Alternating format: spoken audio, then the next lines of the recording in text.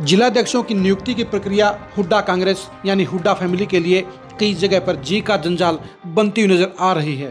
पहले रोहतक में नामांकन को लेकर हुड्डा के खुद के नेताओं के अंदर ही मतभेद पैदा हुए, वहां पर कुछ लोगों को एंट्री करने नहीं दी गई। दूसरी तरफ सिरसा के अंदर भी सेम टू सेम हालात पैदा हो गए हैं और वहां पर भी हुड्डा कांग्रेस दो फाड़ होती हुई साफ तौर पर नजर आ रही है।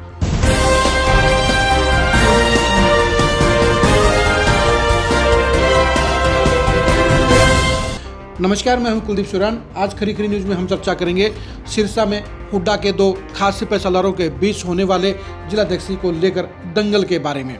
सिरसा में इस समय जिलाध्यक्ष को लेकर भूपेंद्र हुड्डा के दो खास सिपह सालार ही आमने सामने हो गए हैं। दोनों जिलाध्यक्ष पर दावा ठोक रहे हैं और दोनों में से कोई भी पीछे कदम उठाने को तैयार नहीं है। पहले हम बात करते हैं डॉक्टर केवी सिंह की। डॉक्टर केवी सिंह भूपेंद्र हुड्डा के खास नज़दीकी नेताओं में शामिल हैं। वो उम्र के पंगे के चलते इस बार जिलाध्यक्ष के लिए दावेदारी नहीं ठोक पा रहे हैं, इसलिए उन्होंने अपनी जगह पर अपने बेटे अमित सिहाग को आगे कर दिया है। अमित सिहाग 2019 में डबवाली से विधायक बने थे, इस बार वो चुनाव हार गए हैं। केवी सिंह अपने बेटे को जिला अध्यक्ष बनाने के लिए कोई कोर कसर नहीं छोड़ेंगे।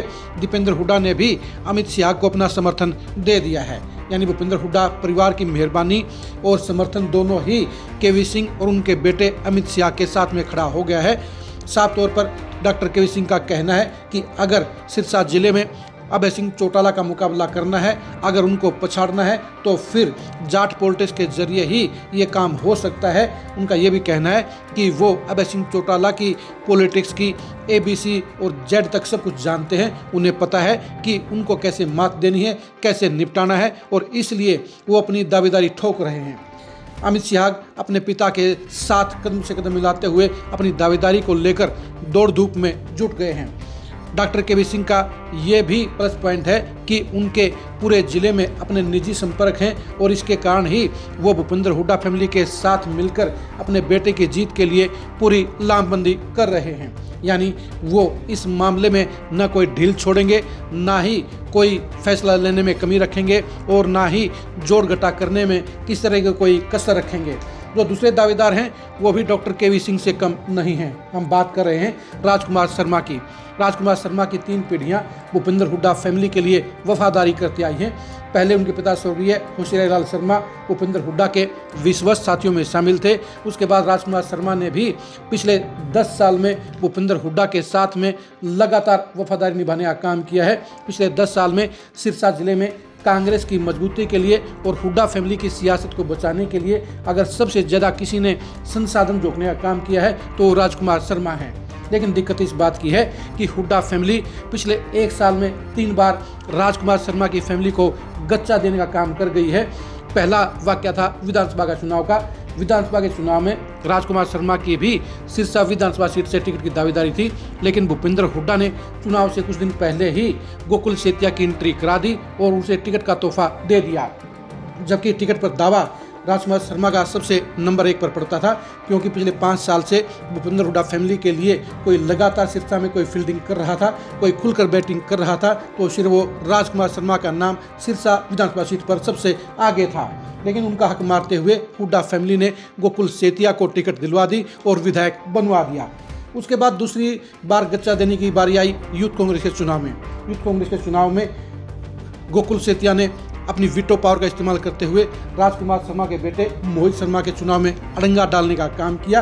उन्होंने साफ तौर पर दीपेंद्र हुड्डा को धमकी दी कि अगर मोहित शर्मा का समर्थन किया तो फिर वो हमारी सैलजा के खेमे में चलाए जाएंगे। इस धमकी से डरकर दीपेंद्र हुड्डा ने मोहित शर्मा से समर्थन वापस ले लिया और उसके बजाय में निशित कटारिया को अपना समर्थन दे दिया।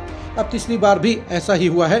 जिलाध्यक्ष के चुनाव में भी राजकुमार शर्मा को लगता था कि वफादारी का इनाम हुड्डा परिवार इस बार उसे जरूर देगा, लेकिन हुड्डा फैमिली ने पिछली 2 बार की तरह इस बार भी उनके साथ विश्वासघात करने का काम किया, उनका भरोसा तोड़ने का काम किया और दीपेंद्र हुड्डा ने राजकुमार शर्मा को समर्थन देने की बजाय केवी सिंह के बेटे अमित सिहाग को समर्थन देने का फैसला कर लिया है।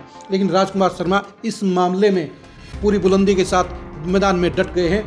वो पुराने कांग्रेसियों के साथ मिलकर भूपेंद्र हुड्डा के खेमे के ही अपने दूसरे साथी यानी डॉक्टर केवी सिंह के बेटे के सामने बुलंदी से डट गए हैं। उनके साथ में कुमारी शैलजा और अशोक तंवर का भी समर्थन आ सकता है, क्योंकि दोनों ही नेता अभी ये देख रहे हैं कि ऊँट किस करवट बैठेगा। लेकिन जाहिर सी बात है वो भी कहीं न कहीं डॉक्टर केवी सिंह के बेटे अमित शाह के खिलाफ ही लामबंदी कर सकते हैं, क्योंकि उनकी पटरी उनके साथ में नहीं बैठती है।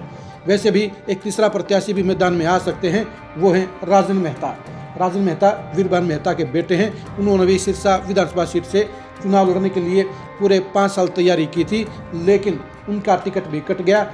ऐसे में वो भी जिलाध्यक्ष के लिए ताल ठोक सकते हैं, लेकिन राजन मेहता ने अभी तक इसके बारे में कोई फैसला नहीं किया है। अगर वो मैदान में उतरते हैं तो फिर ट्रायंगल यहाँ पर हालात बनते हुए नजर आएंगे, ट्रायंगल मुकाबला बनता हुआ नजर आएगा, वरना अमित शाह और राजकुमार शर्मा के बीच में ही सीधी भिड़ंत होगी।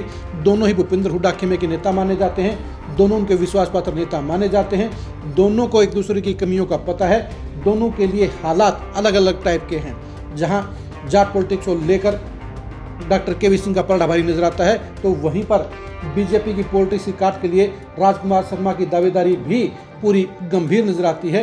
अब देखने की बात ये रहेगी कि कांग्रेस के एआईसीसी के ऑब्जर्वर और पीसीसी के ऑब्जर्वर इस बारे में क्या फाइंड आउट करते हैं, क्या निचोड़ निकालते हैं, और इन दोनों नेताओं में से किसकी दावेदारी वो पार्टी के हित में ज़्यादा मजबूत देखते हैं। क्योंकि यहाँ पर नियुक्ति का फैसला वोटों के आधार पर नहीं होगा, बल्कि वो पार्टी के भविष्य के आधार पर होगा, वो पार्टी के फ्यूचर प्लान के हिसाब से होगा, वो पार्टी के संगठन में सभी वर्गों की भागीदारी को लेकर होगा।